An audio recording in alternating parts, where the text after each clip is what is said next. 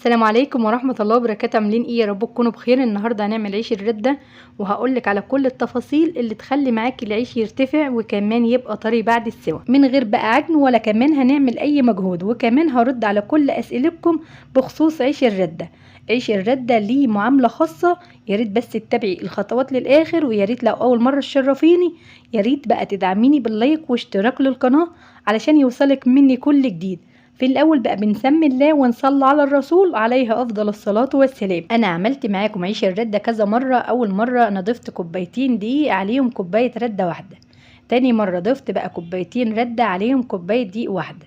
النهاردة بقى بضيف الدقيق قد الردة، يعني كوبايتين ردة وكوبايتين دقيق. انا خلطت الردة مع الدقيق قدامكم علشان يكون كل حاجة واضحة، علشان ما يجريش تعليق ان انا زودت دقيق. بزود بقى دقيق امتى؟ لما يكون العجينة طرية. بزود دقيق ورده وبرجع اظبط العجينة علشان احنا ماشيين على نظام الطيبات. بعد ما قلبت بقى الرده ودي كويس جدا، نزلت بنص معلقة ملح، ولو تعملي خميرة فورية هتضيفي 10 جرام، يعني حوالي كده معلقة كبيرة. انا بعمل بالخميرة البلدي اللي انا عملتها معاكم على القناة. ربيت بقى خميرة قبليها ب6 ساعات وبعد كده بعجن بيها. ما شاء الله الخميرة نشطة وكمان عاملة معايا فقاعات. ضفت الخميرة في الاول علشان مفيش عجن خالص، زي ما اتفقنا ان انا مش هنزل اعجن بايدي خالص، انا بقلب بالمعلقة لحد ما الدقيق يشرب معايا المية. ضفت بقى المية واحدة واحدة، يعني انا مش بطري العجينة مرة واحدة ان هي تحتاج معايا دقيق تاني. زي ما احنا اتعودنا في اي معجنات بنعجنها ما بنطريش العجينة في الاول، يعني لو احتاجت معانا مية نقدر بقى نطريها واحدة واحدة. ودي الحبة الكاملة مفيش لت خالص علشان احنا مش عايزين يكون لي اي عرق. شايفين هو احتاج معايا ميه كذا مره، بنزل بقى بالميه وبقلب بالمعلقه. انا ما عجنتش خالص بايدي، كل التقليب بالمعلقه لحد ما اتاكدت ان مفيش اي دقيق. بعد كده بقى اختبرت العجينه وشفتها كده بايدي، لقيت العجينه ما شاء الله عجينه يعني طريه بس ما فيهاش تلزيق جامد. العجينه كده ما فيهاش تلزيق بس في نفس الوقت طريه، يعني مش عجينه يابسه جامد. علشان عيش الرده لو العجينه يابسه لما تيجي بقى تفردي الرغيف هتلاقيه بيفتح من على الجنوب. الرغيف لو فيه فتحة واحدة بتلاقي الرغيف وهو بيستوي ما بيرتفعش. فالعجينة لازم تكون طرية معاكي، حتى لو طرية او مغلباكي سيبيها تلت ساعة تخمر. دي الحبة الكاملة علشان النتيجة تطلع معاكي مظبوطة. يا تعجني العجينة جامد ويبقى ليها عرق، يا اما تسيبيها تخمر. فانتي لو ما عجنتوش زي ما انا عملته، يعني قلبت بالمعلقة، هتسيبيها بقى تلت ساعة تخمر. انا النهارده مش عايزه لدي اي عرق خالص، فانا قلبته بالمعلقه. العجينه خمرت معايا في مراحل التقطيع وكمان الفرد. عايزه بقى تخمريها في الحله وترجعي تقطعي، هي يعني هتقطعيها الاول او تسيبيها تخمر. دي الحبه الكامله ليه معامله خاصه، وكمان لو انت مزوده رد وانت بتفردي بالراحه خالص علشان الحروف الرغيف ما تفتحش. وكمان واحنا بنكورها وبنقفلها حلو جدا من تحت، وبنحطها على ردة كتيرة علشان القطعة ما تلزقش معانا في الصينية من تحت. بنفرد بالراحة وبنشيل الرغيف بالراحة خالص. علشان بس عيش الردة يرتفع معاكي لازم تمشي على نفس الخطوات. ما تعمليش العجينة يابسة وبعد كده تفتح معاكي من على الجنوب، تلاقي بقى الرغيف وانت بتسويه لو في فتحة واحدة بس هتلاقيه مرتفعش. علشان الاسئلة دي بتجيلي كتيرة ان عيش الردة ما بيرتفعش. عيش الردة لو العجينة مش مظبوطة وكمان لو في فتحة بسيطة او ان انت تعملتي معاه بشكل مش مظبوط، يعني شلتي الرغيف بعد الخمر جامد اتفتح معاكي، حطيتيه على المصفى بشكل مش مظبوط، هتلاقيه ما بيرتفعش. فعيش الردة لازم يكون ليه معاملة خاصة.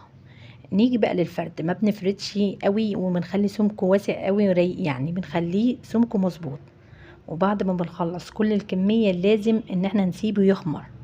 يعني عيش الردة لو مخمرش مش هيرتفع معاكي خالص. تيجي بقى وانت بتشيلي عيش الردة علشان تسويه، بتشيليه من على الفرشة بالراحة خالص علشان الرغيف ما يفتحش معاكي من على الجنوب. عيش الردة انا جربته معاكم كذا مرة واللهم بارك كله بيرتفع، مفيش ولا رغيف ما بيرتفعش خالص. بس هقولك هو ارتفاع الرغيف ما بيرتفعش جامد زي دي الابيض، يعني علشان بيبقى فيه كمية من الردة فبتلاقيه ارتفع. ولو لقيتي بقى فتحة بسيطة في الرغيف هتلاقي الرغيف ما بيرتفعش خالص، يعني زي الرغيف اول واحد كده عملته معاكم.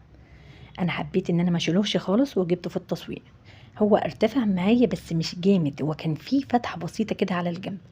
اول ما ضغطت عليها فالرغيف فتح، بس الرغيف طري وكمان تسويته حلوة جدا. انا جربت اول واحد ولقيته مختمر، يعني سمكه من فوق قد من تحت. لو لقيتيه بقى فيه نفطة تصبري شوية وترجعي تخبزيه.